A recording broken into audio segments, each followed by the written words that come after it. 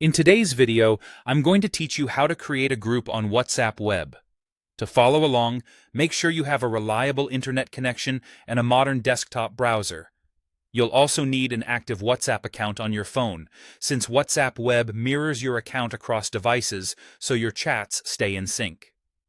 Start by opening your browser and searching for WhatsApp Web, then open the official result. You'll know you're in the right place when you see a large QR code on the page. If you prefer, you can also type the web address directly into your browser's address bar to get there. Using the official site helps keep your account secure. Next, log in.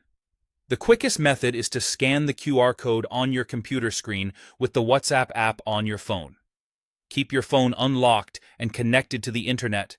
Point the camera at the QR, and you'll be signed in to the same account that's on your mobile.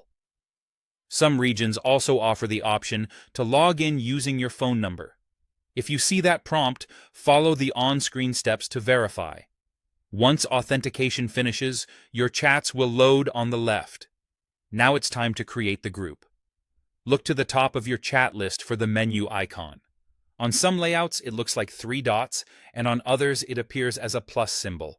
Click it and choose New Group from the drop-down. Add participants by searching for or selecting contacts from the list. You can type a name to filter and click each contact to include them. If you make a mistake, click a selected contact again to remove them before proceeding. When you're ready, click the green arrow or the next button to continue. Set up your group details. First, enter the group subject. This is the group's name and can be up to 100 characters. Pick something clear and recognizable so members instantly know what the group is about. You can always rename it later if needed. Then choose a group icon.